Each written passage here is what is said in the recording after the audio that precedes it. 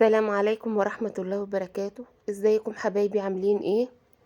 اهلا بيكم معايا في مطبخ زهرة الربيع. يلا النهاردة نعمل مع بعض شوية سي فود كده. نعمل طبق شوربة السي فود بطريقة سهلة قوي، وهنعمله بالكريمة النهاردة. وهقولك ايه بديل الكريمة لو مش موجودة عندك الكريمة. هقولك ازاي تعمليها بمكونات ان شاء الله تكون موجودة عندك في البيت. إيه، وهنعمله بطريقة لذيذة قوي. شايفين شكله؟ شايفين الالوانات اللي فيه؟ يلا نشوف عملناه ازاي.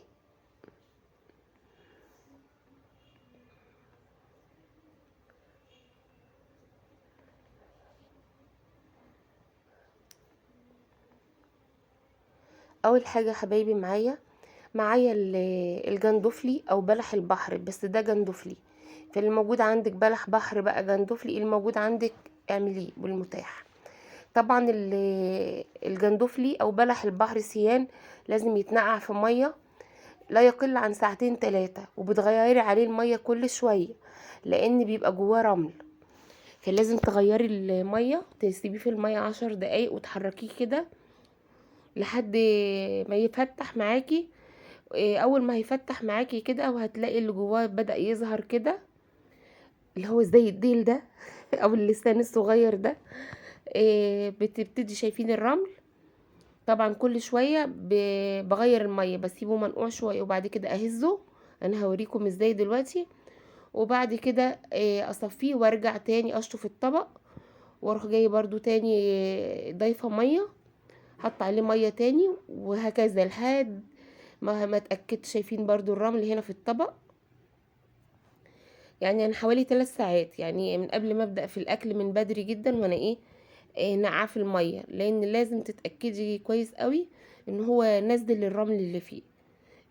فبرضو هكرر نفس الحكاية. انا حبيت اوريكم بس بعمل ايه، وانا كملت مع نفسي بقى. طبعا هسيبه بقى منقوع على ما اجهز بقية المكونات بتاعتي.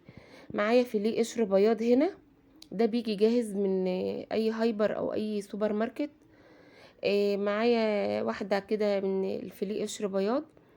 هقطعها برضو مكعبات، معايا مكعبات مش رفيعة، يعني تكون سميكة، عشان احنا عارفين السمك مش بيستحمل معايا في السوا. فهقطعه بقى معايا كده مكعبات بالراحة خالص كده. هقطعه انا بقى كده مع نفسي. وبعد كده هرجع لكم تاني. وفي طبعا الاطباق اللي هي بتبقى الجاهزه، المشكله السي فود الجاهزه برضو موجوده في السوبر ماركت او في اي هايبر برضو. دي برضو يعني بتكون، يعني انا بفضل جدا يعني ان اجيب كل حاجه لوحدها كده، اجمع انا الوصفه والاكله مع نفسي كده. وبعد كده اعملها بتكون بصراحه احسن، يعني الكميه بتكون احسن. وفي نفس الوقت برضو بتكوني انتي متأكدة من الحاجة بتاعتك. زي ما انتوا شايفين كده مكعبات كده، ما تكونش رفيعة علشان ما يتهريش معايا. قطعت بقى هنا الفيليه القشر البياض، ومعايا كام واحدة كابوريا برضو كده، ومعايا جمبري، ومعايا جندفلي او بلح البحر زي ما قلنا. وطبعا المفروض كاليماري، بس ما كانش متاح عندي، فما عطلتش على حاجة، الموجود عملت بيه. بس طبعا لو متاح الكاليماري يفضل انك تضيفيه معاه.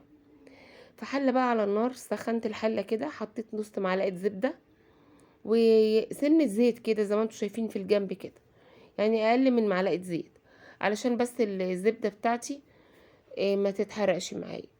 نزلت ببصلايه مفرومة زي ما انتوا شايفين كده. انا مش هقلي البصل طبعا ولا اي حاجة، هي بس تقليبة بس كده معايا، تشويحتين كده للبصل. وبعد كده هنزل برضو بنص معلقة توم صغيرة مفروم كده، او 4 5 فصوص معاكي كده توم. شايفين البصل زي ما هو لونه على لونه اهو. نزلت بالثوم بتاعي برضو تقليبه كده، اول الثوم ريحته ما تطلع معايا برضو انا مش هقلي ولا اي حاجه من دي خالص. انا مجرد البصلايه بس ما تبتدي تدبل معايا، البصلايه اصلا حمرا يعني.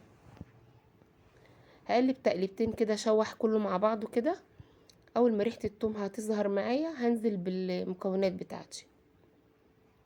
هي ما بتاخدش وقت خالص يا جماعه، يعني شوربه السي فود دي يعني لو بتعملي اكله سمك دي خليها اخر حاجه معاكي، يعني ما بتاخدش وقت خالص.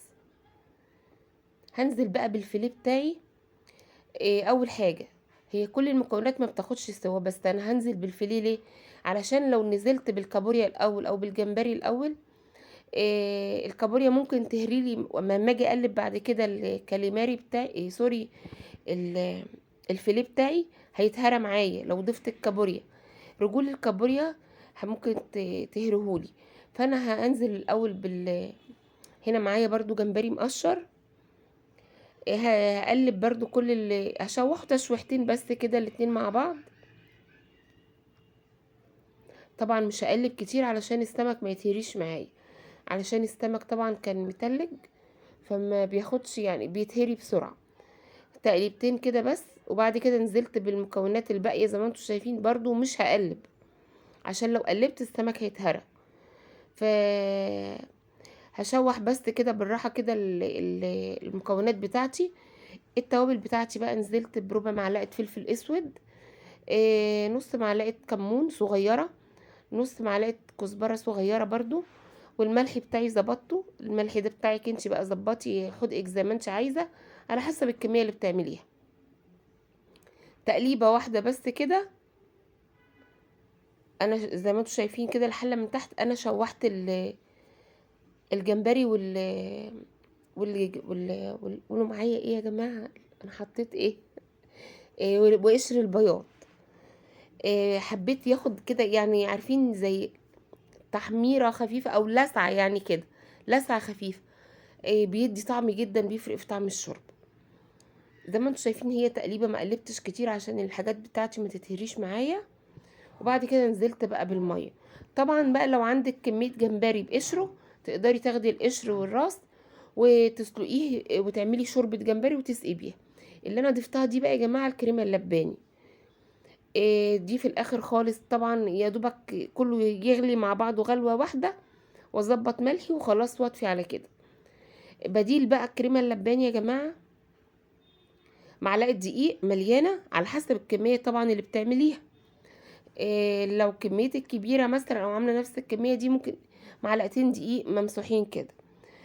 كميتك اقل بيبقى معلقة دقيق واحدة بس، ده في حالة لو ما عندكيش كريمة لباني.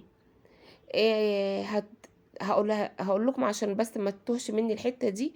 طبعا أنا لقيت الشوربة بتاعتي خفيفة لان الكمية عندي ما شاء الله، فربطت معايا بمعلقة دقيق دوبتها كده في 3 معالق مية.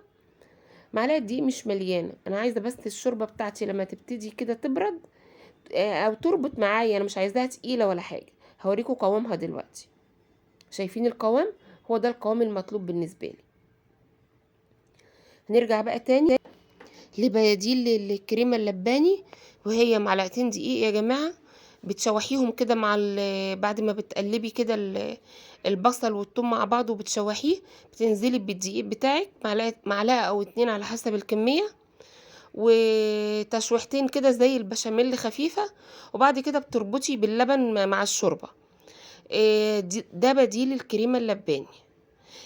دي كانت وصفتنا يا جماعة النهاردة، وده كان الفيديو بتاعنا النهاردة.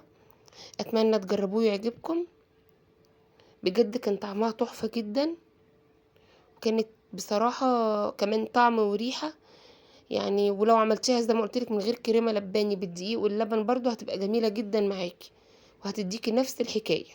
فبما اني كانت موجودة عندي الكريمة فعملتها. لو عجبتكم وصفتي لايك وشير، والسلام عليكم ورحمة الله.